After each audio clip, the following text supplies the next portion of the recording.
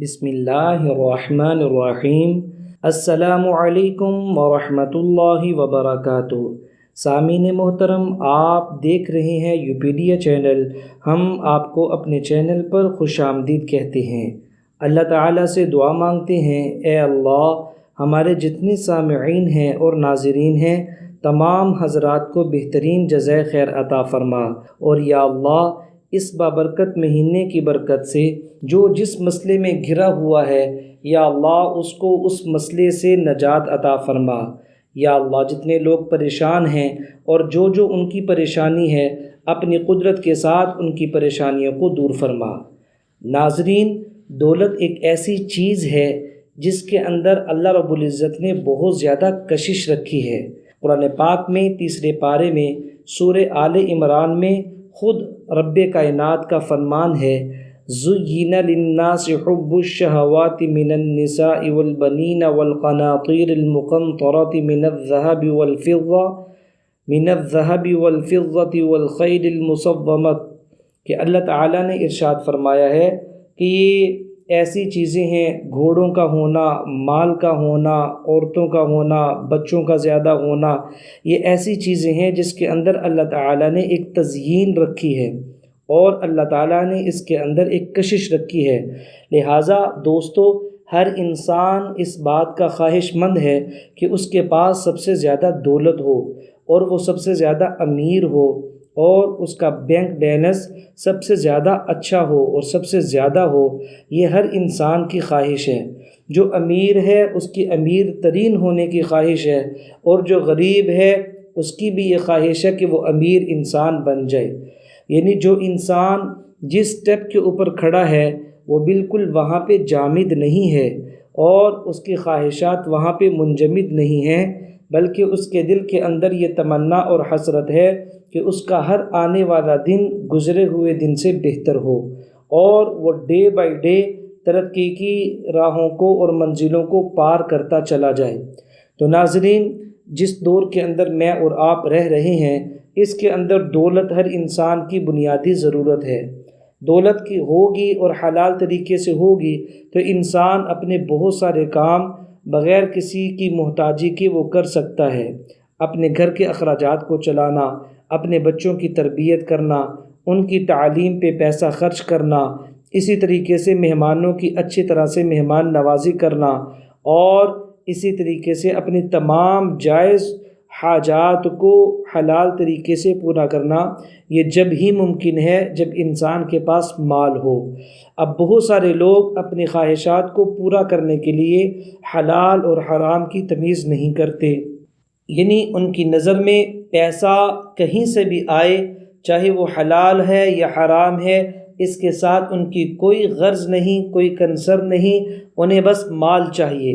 دوستو، ایسا انسان بہت قابل ملامت ہے کہ جو اپنے خالق حقیقی کے فرمانات کو بھول دیتا ہے، قرآن پاک کی تعلیمات کو بلا دیتا ہے، اور سب سے بڑھ کر پیارے آقا حضرت محمد صلی اللہ علیہ وسلم کی تعلیمات سے روگردانی کرتا ہے اور آنکھوں کو چراتے ہوئے بند کرتے ہوئے اپنی خواہشات کے مطابق من مانی سے پیسہ کمانا شروع کرتا ہے اور تمام حدوں کو کراس کر دیتا ہے۔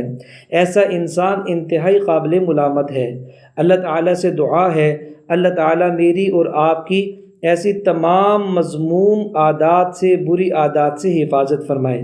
تو دوستو، حلال پیسہ حلال طریقے سے کمانا، اس کے اوپر پیارے نبی صلی اللہ علیہ وسلم کا فرمان ہے، الکاسب حبیب اللہ، کہ حلال مال کمانے والا وہ اللہ کا حبیب ہے۔ دوستو، محنت مزدوری کر کے کمانا یا نوکری کر کے کمانا یا اپنے سکلز کی وجہ سے کمانا یا اپنے کسی کام کے ایکسپیرینس کی وجہ سے کمانا، یعنی جائز طریقوں سے کمانا، اس میں ڈاکے کا پیسہ نہ ہو، اس میں چوری کا پیسہ نہ ہو، اس میں رشوت کا پیسہ نہ ہو، اس میں کسی کا مال نہ چرایا گیا ہو، کسی سے چھینا نہ ہو، ایسے روپے نہ ہوں، یا ایسا کام کاروبار نہ ہو جو ناجائز ہو، جیسے حرام چیزوں کو بیچ کر فروخت کر کے پیسے حاصل کرنا۔ تو ان تمام ذرائع سے بچ کر اگر کوئی انسان رزق حاصل کر رہا ہے اپنے ہنر کی وجہ سے، اپنے سکلز کی وجہ سے، اپنے کسی ٹیلنٹ کی وجہ سے، اسی طرح اپنے کسی ٹیچنگ کی وجہ سے اگر کوئی انسان کما رہا ہے تو الحمدللہ اس کی یہ کمائی حلال ہے اور وہ حلال طریقے سے کما رہا ہے۔ تو لہٰذا آج کے دور میں پیسہ ہر انسان کی ضرورت بن چکا ہے اور بنیادی ضروریات میں سے ہے۔ اب دوستو، جو آج کا وظیفہ لے کر میں آپ کے سامنے حاضر ہوا ہوں، یہ ایسا زبردست قسم کا وظیفہ ہے، اگر آپ اس عمل کو کریں گے تو دولت آپ کے گھر پہ آنے سے کوئی نہیں روک سکتا۔ اللہ تعالیٰ کے غیبی خزانے کھلیں گے اور آپ کو مالدار ہونے سے کوئی انسان نہیں روک سکتا۔ آپ اللہ تعالیٰ کی نگاہوں میں آ جائیں گے، اللہ تعالیٰ محبت کی نگاہ سے آپ کو دیکھیں گے اور آپ کی تمام ضروریات کو اپنے خزانے غیب سے پورا فرمائیں گے۔ اللہ تعالیٰ اس انداز سے مال آپ کے اوپر لٹائیں گے کہ آپ خود حیران اور پریشان ہوں گے کہ یہ مال کس طریقے سے آ رہا ہے۔ تو دوستو، وظیفہ یہ ہے، آپ لوگوں نے مغرب کی نماز کے بعد آپ لوگوں نے قبلہ کی طرف منہ کر کے بیٹھ جانا ہے اور پھر آپ نے یہ عمل کرنا ہے، یا واحد القہار یا احد، یا واحد القہار یا احد، یا واحد القہار یا احد۔ آپ نے 101 دفعہ یہ تسبیح کرنی ہے، 101 دانے پہ آپ نے یہ والے کلمات پڑھنے ہیں۔ شروع میں بھی آپ نے 3 دفعہ درود پاک پڑھنا ہے اور اس عمل کے آخر میں بھی آپ نے 3 دفعہ درود پاک پڑھنا ہے۔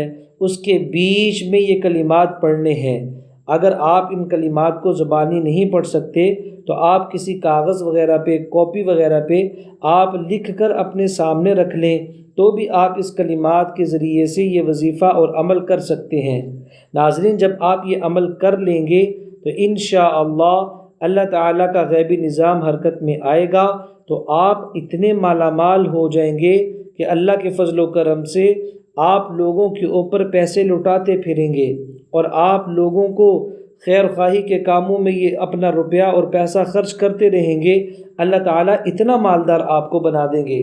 تو اللہ تعالیٰ سے دعا ہے، اللہ تعالیٰ میری اور آپ کی، ہم تمام حضرات کی ضروریات کو اپنے خزانہ غیب سے پورا فرمائے اور اللہ تعالیٰ اپنے در کے سوا ہمیں کبھی کسی کا محتاج نہ کرے۔